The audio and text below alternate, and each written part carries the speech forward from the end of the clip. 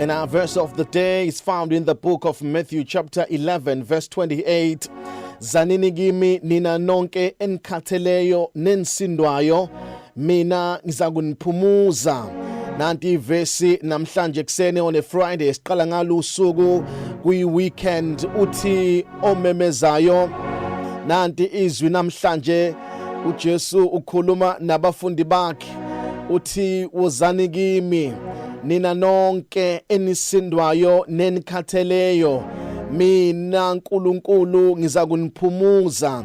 Noma ngabe yini enisindayo nenikhathazayo, namhlanje uJesu ekseni is giving out an invitation, inviting everyone who is going through stress, anxiety, everyone who's suffering, everyone who's facing depression in his life, abantu ababhekene nama-financial difficulties, ababhekene nokugula nezifo nobuhlungu.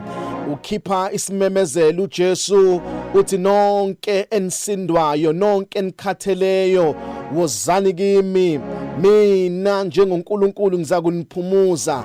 Namhlanje kuseni ngicela ukudlulisa nale invitation kuwena ukuthi noma ngabe yini ekusindayo emphefumulweni wakho, ekusindayo enyameni yakho, ekusindayo emqondweni wakho, namhlanje uNkulunkulu is sending out this invitation.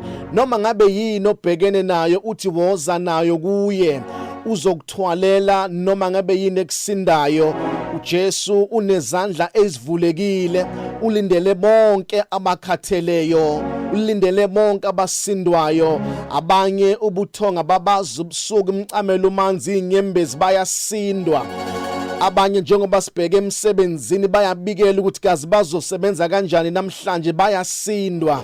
Kunezinto ezibasindayo, abanye basindwa izimfihlo, abanye basindwa amagqubu, abanye basindwa ungathetheleli, abanye basindwa ukubukela phansi abanye abantu. Wozani kimi nina nonke enisindwayo nenikhatheleyo mina kusho uJesu ngizakuniphumuza. Abanye kunezinto abafuna ukuyiyeka ayisayekeki, basabathe bayazama ukuyiyeka kuphela usuku bebuyele kuzo. Nonke enikhatheleyo nenisindwayo mina ngizokuniphumuza. Namhlanje kuseni uthi uJesu ngizokutshela lento ekusindayo uthi yena unamandla ukuthi akuphumuze. Usuzama abantu abaningi wangalunga, waye endaweni eziningi wangasizakala, kodwa namhlanje ngicela uze kuJesu uthi yena uzokuphumuza. Abanye abalali ebusuku bahlushwa ngamaphupha amabi, ziyakusinda lezo zinto uthi uJesu ucela ukukuphumuza. Abanye Nkosi yami babanjwe nayizikweletu ngapha nangapha, bashintsha nezinamba basaba nama calls. Ukusindwa lokho uthi uJesu uzokuphumuza. Cela ukunikeza uJesu ophumuzanayo, cela ukunilethela nangu uJesu ophumuzanayo. Uthi wozani kimi nina nonke, akabuzi nokuthi kade wenzani uphuma phi, nina nonke enikhathele nenisindwayo mina ngizoniphumuza.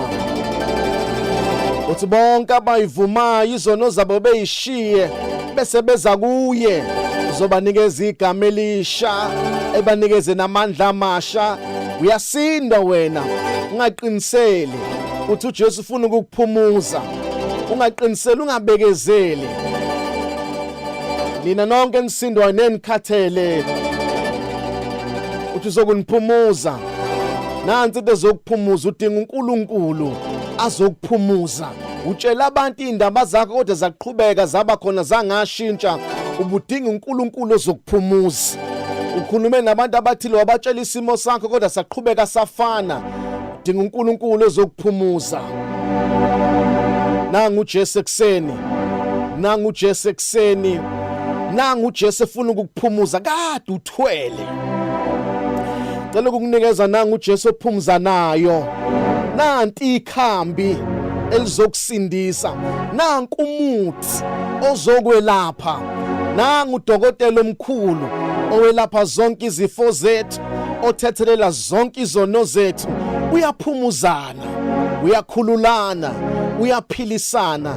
Akakubuzi ukuthi kade ukuphi izolo. Mawusufikile uthi noma ngabe izono zethu zibomvu okwegazi uyayihlanza zibe mhlophe koboya bezimvu. Thethelela izono zethu, sula amacala ethu, asule ububi bethu kuhlukane njengempumalanga nentshonalanga, ethi uyayiphosa olwandle lokukhohlwa, izandla zakhe zivuliwe ukuze akuphumuze. Ngicela uze kuJesu, ngicela uze kuNkulunkulu, uyasindwa nangu uNkulunkulu namhlanje. Mina ngiphethe ikhambe linguJesu, indoda elapha nayo, indoda ephilisayo, indoda enamandla, ethula imithwalo yabantu. Nangu uJesu, ngicela umthathe, ngicela ubambe yena. Ngabusabamba izinto eziningi ngoba ziyaphela, kodwa uJesu akapheli, umile kuze kube phakade. Ngicela uthathe uJesu yena yedwa. Ngiyamazi make wafika ufana nephilisi, ufika guduze emzimbeni, afuna konke okukusindayo bese dila nakho, kodwa kufuna wena uvume ngomlomo bese uyakholwa enhlizweni bese uyaphunyuzwa. Nanti ithuba ekseni ufuna ukukuphumuza uNkulunkulu, ngicela umthathe. Sukuzame konke kodwa ke uzame uJesu wami. Ubazamile abantu kodwa ngicela uzame noJesu.